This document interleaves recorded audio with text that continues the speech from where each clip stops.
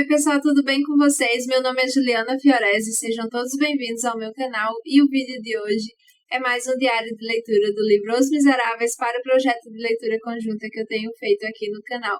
Se por acaso você chegou agora e ainda não sabe do que se trata esse projeto, eu sugiro que vá aqui na descrição desse vídeo, acesse o link com a playlist que tem todos os outros vídeos que já saíram sobre essa leitura coletiva, e o primeiro vídeo, inclusive, é explicando como tudo tem funcionado por aqui. Além disso, eu deixei também na descrição desse vídeo um link com o download do nosso cronograma, e nesse cronograma tem todos os capítulos e todas as datas em que nós leremos Os Miseráveis até o final do projeto, em maio de 2021. Então, se você ainda não faz parte, sinta-se convidado a entrar nessa leitura coletiva que tem sido engrandecedora. Lembrando que esta não é uma leitura aprofundada nessa obra e nem tampouco são aulas sobre os miseráveis. É mais uma troca de experiências literárias e é justamente isso que eu tenho feito aqui através desses diários de leitura. Eu leio as metas diárias e venho compartilhar com vocês as minhas percepções pessoais sobre tudo aquilo que eu li. E vocês comentam aqui nos comentários a percepção pessoal de vocês e assim a gente vai fazendo essa troca e vai deixando esse projeto cada vez mais engrandecedor, cada vez mais enriquecedor para todos nós, não é mesmo? O vídeo de hoje é sobre os capítulos 10, 11, 12, 13 e 14 da parte 2 do livro primeiro, da parte 2. Então, se vocês ainda não leram esses capítulos, eu sugiro que parem o vídeo aqui agora, leiam os capítulos e depois voltem, porque nesse vídeo teremos spoilers. Vamos lá?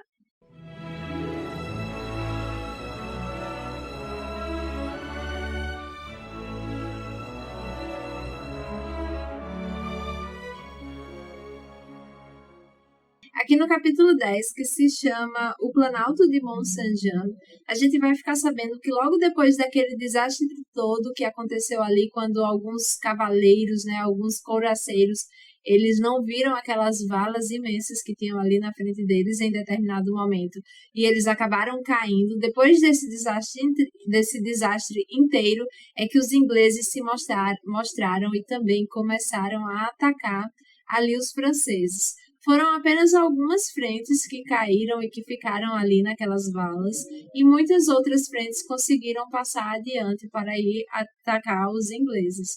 E uma dessas frentes que conseguiu passar foi a do Marechal Ney. Então ele foi com toda para cima dos ingleses, e os franceses conseguiram sim atacar aqueles ingleses com a maior força do mundo. Então foi assim uma cena muito avassaladora. E os ingleses, eles não arredaram o pé dali. Tem até uma frase interessante sobre isso, sobre como a gente fica petrificado diante de coisas tão assustadoras, digamos assim.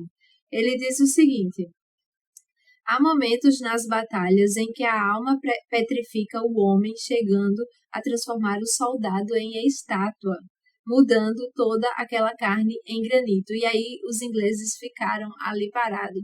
Apesar dos franceses estarem ali naquele momento com um número muito menor do que os ingleses, por conta das perdas daquela queda que o pessoal ficou ali na vala, apesar disso, eles foram com uma força tão grande, que é como se cada francês valesse ali por 10 soldados. Então, eles realmente estavam com muita fúria atacando esses ingleses. Aí vai contar um pouquinho sobre como era a formação do exército inglês. Eu achei muito interessante essa parte. Eles formavam várias filas. A primeira fila dos soldados, eles ficavam ajoelhados no chão, com baionetas apontadas assim para frente, porque aí quando os cavalos vinham, muitos ficavam feridos por conta daquelas baionetas. Aí na segunda fileira, na fileira de trás, ficavam a galera que fuzilava. Então eles ficavam fuzilando ali o pessoal que chegava também, os couraceiros que estavam em cima dos cavalos. Aí atrás dos fuzileiros tinha uma outra fileira que eram os canhoneiros que ficavam ali carregando as peças a todo momento. E por trás desse tinha uma quarta fileira, que era o pessoal que ficava metralhando, Então, quando as armas estavam ali todas carregadas, essa quarta fileira fazia essa metralha nos franceses. E aí vai dizer que em alguns momentos o esquadrão se abria, eles metralhavam e aí o esquadrão se fechava novamente. E nessa batalha toda, os cavaleiros correndo, né, os couraceiros chegando, avançando para a frente dos ingleses, muitos cavalos eles pulavam todas essas fileiras.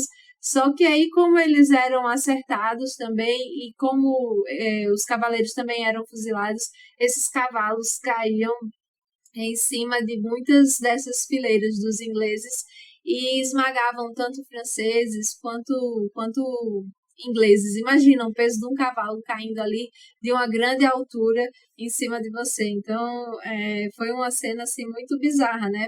Esses homens esmagados. E as balas, como eu falei, elas iam atravessando os couraceiros também, que iam abrindo algumas brechas nos batalhões. A munição dos ingleses parecia que não esgotava em nenhum momento, então eles sempre estavam ali carregando, mas os franceses eles eram incansáveis, eles continuaram a, a atacar os ingleses, né? E aí vai falar também que a parte esquerda não, a parte direita do esquadrão inglês ele já tinha sido totalmente eliminado, então a Inglaterra também tinha ali grandes perdas, né? Tanto os dois lados, tanto a França quanto a Inglaterra já estava precisando de socorros assim. Os dois capitães, tanto Wellington quanto o Napoleão pediram reforços assim, só que não tinha mais, eles já estavam ali há muitas e muitas horas de batalha, isso aí era quase 5 horas da tarde, mais ou menos, eles começaram ali às 11h30, né? Então, os dois lados tiveram grandes perdas, e aí o lado inglês, né, teve a ideia de usar a cavalaria para atacar por trás os franceses, e aí eles começaram esse ataque por trás também. Então, os franceses meio que ficaram ali no meio, mas de qualquer maneira, eles eram muito fortes e eles tinham essa ideia bélica, assim, eles queriam ganhar, a ideia deles era a vitória e por isso mesmo eles ficaram ali até o último momento batalhando contra os ingleses. Só que aí chega um momento em que o capitão Wellington, que é o capitão da Inglaterra, ele olha assim no relógio, ele vê que são 5 horas da tarde e aí ele chega a murmurar algo do tipo, como se dissesse assim, ou Blücher ou à noite. Então, ou os reforços chegavam logo, ou então eles iam todos ali morrer, porque realmente as perdas eram muito grandes. E Blücher, ele é da Prússia, né, o lado prussiano, que estava combinado deles chegarem, só que tinha havido algum atraso ali que eles não tinham chegado até o momento. E aí, depois que ele olha no relógio, mais ou menos esse horário mesmo, 5 horas, eles conseguem ver um grande brilho de algumas baionetas assim chegando para ajudá-los. Assim, eles veem esse brilho das baionetas no horizonte. E aí vai dar uma certa esperança para o batalhão inglês. Aqui no capítulo 11, que se chama Mau Guia para Napoleão, Bom Guia para Bulow, a gente vai ficar vendo realmente como foi essa chegada dos prussianos, né? Bulow era o lugar-tenente de Blücher, do lado da Prússia, e eles começam atacando a guarda que estava atrás de Napoleão. E aí foi assim uma grande batalha, foi uma carnificina completa. E o livro vai dizer, inclusive, que se os prussianos tivessem chegado 2 horas antes, Napoleão ainda estaria com toda a sua força e ele teria realmente ganho essa batalha. Mas como teve aí um atraso de 2 horas, mais ou menos, eles não conseguiram ganhar a batalha e foi assim uma carnificina ali quando os prussianos chegaram. Eles atrasaram porque, primeiro, que eles também tinham algumas perdas dele, eles também estavam aguardando algumas ordens e a estrada estava muito ruim.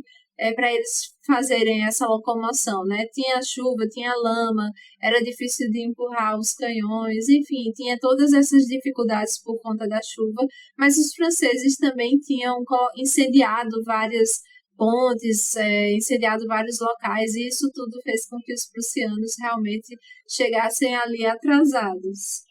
E aí, e por que que o narrador vai dizer que se eles chegassem 2 horas antes também, Napoleão teria ganho a batalha? Porque ao meio-dia, Napoleão, quando estava observando todo aquele campo ali com a sua luneta, ele enxergou de longe, na direção em que os prussianos estavam, uma certa nuvem.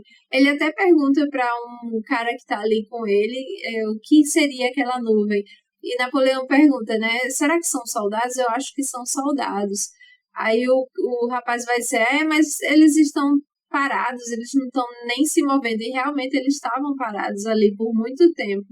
E aí alguns vão dizer que é só neblina, outros vão dizer que são nuvens mesmo, mas Napoleão ele ficou com aquilo, com aquela pulga atrás da orelha, né? Mas aí não fez nada em relação a isso. Ele até manda um rapaz fazer o reconhecimento ali daquilo, mas isso não deu em nada, porque quando foi às 5 horas, os prussianos conseguiram chegar e atacá-lo ali na sua guarda de trás.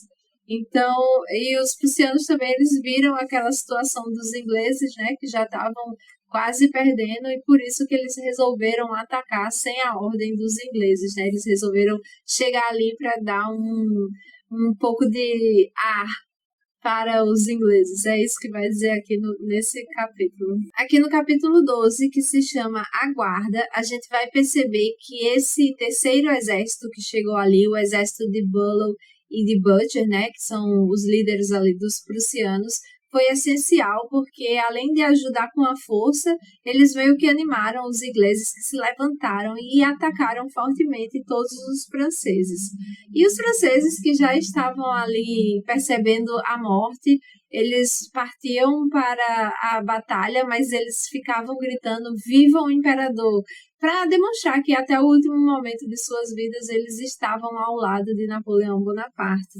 Sobre isso sobre quando eles começam a gritar "Viva o Imperador! Viva o Imperador!", tem uma frase muito interessante que diz o seguinte: "A história não tem nada de mais emocionante que essa agonia rompendo em exclamações". Então, naqueles momentos que eles já não viam mais nenhuma saída, apenas a morte, eles gritavam esse "Viva o Imperador" em sua tamanha agonia antes de caírem ali mortos, né? E é justamente nesse momento que o Wellington ele dá uma ordem para aqueles soldados que estavam agachados atrás das moitas, das árvores, aqueles soldados que estavam escondidos, ele dá uma ordem de irem atacar os franceses também, e vai dizer que essa parte aí também foi uma das grandes carnificinas de toda a batalha. Os franceses, eles continuaram lutando bravamente, e isso já era mais ou menos umas 8 horas da noite, e o Marechal Ney, ele foi avançando com toda a sua bravura, ele estava com muita raiva do que estava acontecendo, de toda aquela situação que eles estavam passando, e ele porque queria vencer aquela batalha, então ele ia ali para frente de todo mundo, ele batalhava, né, gritava, inclusive ele estava meio que tendo uma certa alucinação ali, ele meio que estava meio enlouquecido assim por conta de todas aquelas situações. Ele vai começar a gritar, inclusive, a seguinte frase: "Venham ver como morre um marechal da França no campo de batalha. Não há nada aí para mim? Oh, eu queria que todas essas balas inglesas me atingissem". Então ele bravamente vai lutando ali, sem medo nenhum da morte, contra todos aqueles ingleses. E tem uma nota de rodapé interessante sobre esse Marechal Ney. Vai dizer o seguinte: o Marechal Ney, após a abdicação de Napoleão, foi nomeado par de França por Luís XVIII, que o encarregou, depois de enfrentar o Luís XVIII encarregou, depois de enfrentar o ex-imperador fugitivo da ilha de Elba, ou seja, Ele foi nomeado par de França pelo Luís XVIII, né, pelo rei, e foi encarregado, inclusive, de derrotar Napoleão depois que ele foge ali da ilha de Elba. Só que o que ele faz? Aí vai dizer o seguinte, mas Ney, em vez de o combater, incitou seus soldados a que abraçassem a causa de Napoleão. Depois de Waterloo, a Câmara dos Pares o condenou à morte, sendo executado no dia 7 de dezembro de 1815, ou seja, ele não morreu por conta das balas inglesas, né? Ele morreu por conta dos próprios franceses, porque ele meio que tinha traído ali o rei, que tinha colocado essa tarefa para ele, de combater Napoleão, só que ele, além de se juntar a Napoleão, ele incitou seus soldados a fazerem o mesmo. Mas aí depois, quando Napoleão perdeu tudo, ele foi condenado à morte e foi executado no dia 7 de dezembro de 1815. Aqui no capítulo 13, que se chama A Catástrofe, a gente vai ver realmente todo aquele grande exército em debandada, né? E a gente vai ver o desespero que é quando os soldados percebem que não tem mais chance de ganhar a batalha e eles começam ali a fugir. Fica uma confusão tremenda, não existe mais tenente, não existe mais capitão, não existe soldado, todos ali meio que se igualam e eles tentam sobreviver mesmo, não existe mais amigos e eles saem, um verdadeiro salve-se quem puder. É uma situação muito tenebrosa, e inclusive tem duas frases que me chamaram a atenção sobre isso. Ele vai dizer o seguinte: um exército em debandada é um degelo. Tudo cede, fende-se, estala, flutua, rola, tomba, fere-se, apressa-se, precipita-se. Desagregação inaudita. E mais para frente ele vai dizer o seguinte: o pior das batalhas é a derrota. Os amigos se matam, esforçando-se por fugir.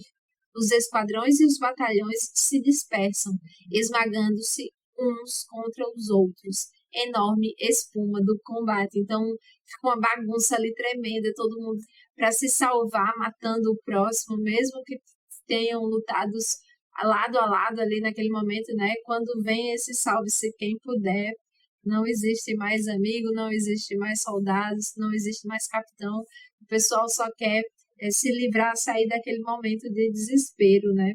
E aí vai mostrar também que o Marechal Ney, ele já estava ali muito alucinado, ele estava indignado com aquela derrota, então ele partiu para cima mesmo, sem medo da morte, como a gente viu no capítulo anterior.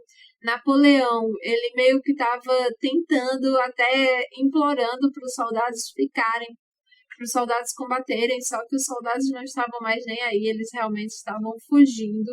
E aí, Blücher, que é o prussiano, né, ele ordena que matem, que exterminem todos os franceses. Então, eles não iam ter presos, assim, eles não iam prender os franceses, eles iam exterminar tudo. E ele meio que se queimou por conta disso, depois de um tempo. E aí a gente vai ver pela primeira vez um grande exército em fuga, e o narrador vai dizer, inclusive, que isso não é culpa do homem, não foi erro humano, e sim coisa da providência.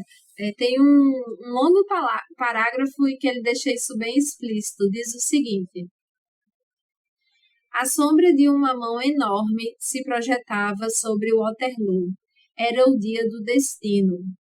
Uma força superior ao homem já o havia pré-estabelecido. Daí o pânico, daí o espetáculo de tantas grandes almas entregando as armas.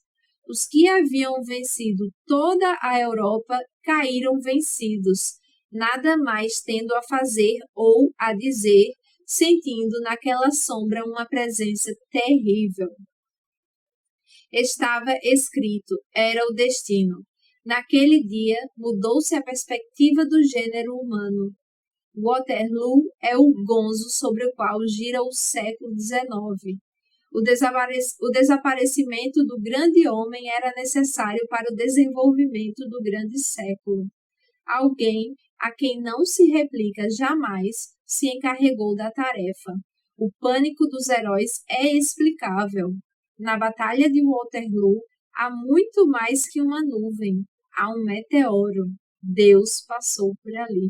Então ele vai dizer que realmente quem decidiu aquela batalha e quem fez com que Napoleão parasse foi a providência, né? Deus foi o responsável por tudo aquilo que aconteceu ali, porque ele disse aqui que para o grande século se desenvolver, o grande homem tinha que sair do poder, né? Então ele disse que foi Deus que fez isso para que as coisas continuassem de uma maneira melhor para as pessoas, né?